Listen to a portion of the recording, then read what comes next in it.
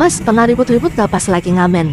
Namanya di jalanan ya, itu waduh penyebab penyulut keributan itu banyak banget. Ribut sama siapa nih? Sama sewa atau orang yang lagi kita ngamenin, atau sama sesama pengamen, atau sama instansi nih, Satpol PP, dinas sosial. Sebenarnya sih bukan ribut bentrok fisik, berkelahi gitu, pukul-pukulan gitu, bukan sih. Lebih tepatnya sih kayak debat, adu argumen, adu statement, begitu sih ributnya maksudnya. Oh oke, coba ceritain dulu pas lagi ribut sama orang yang lagi di ngamenin.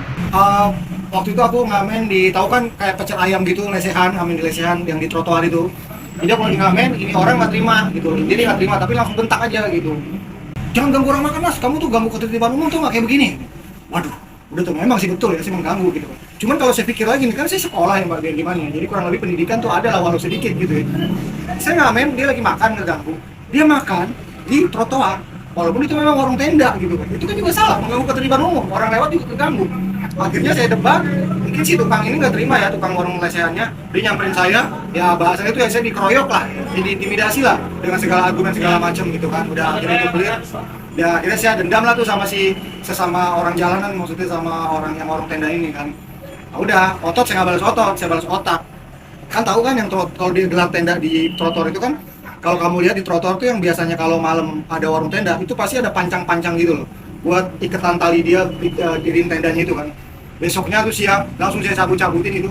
Terus kan beberapa partisi kayak papan ataupun kayu-kayu kan suka ada di pinggiran, ditaruh tuh diumpetin sama dia, disolokan atau di balik pohon-pohonan gitu. Saya buang, udah, saya balas pakai begitu aja udah, selesai udah kan.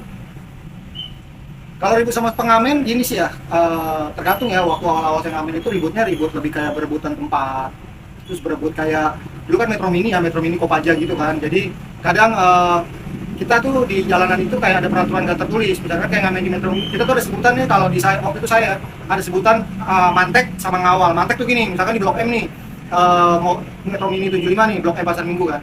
Jadi kalau ngamen mantek tuh sebelum dia berangkat di terminal kan mereka bis-bis tuh kan mangkal dulu. Nah yang ngamen di situ itu sebelum mereka jalan kan beberapa udah ada sewa penumpang ya, itu di ngamenin itu namanya ngamen mantek. Nah terus kalau ngamen ngawal itu begitu mobil berangkat, nah selama trayek dia dari terminal ke terminal, pengamen yang ngisi itu disebutnya ngawal kayak gitu.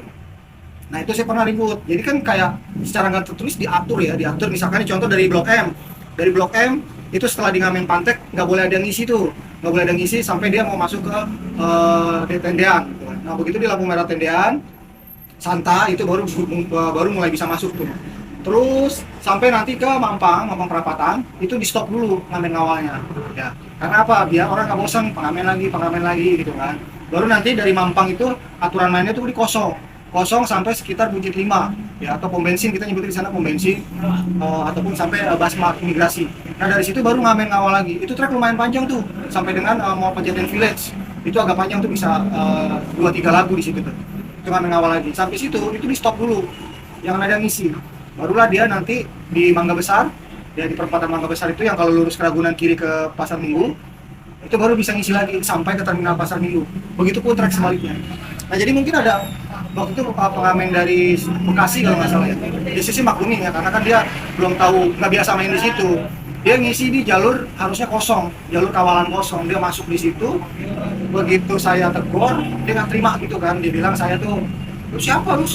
Itulah dia bilang saya jago kawal. Padahal kan itu memang kita aturan mainnya kayak di sana tuh kayak begitu. Gitu.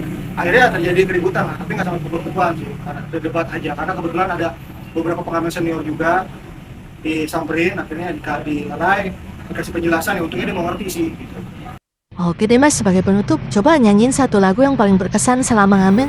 Cari rezeki, mencari ilmu, mengukur jalanan seharian. Begitu terdengar suara azan, kembali tersungkur hamba.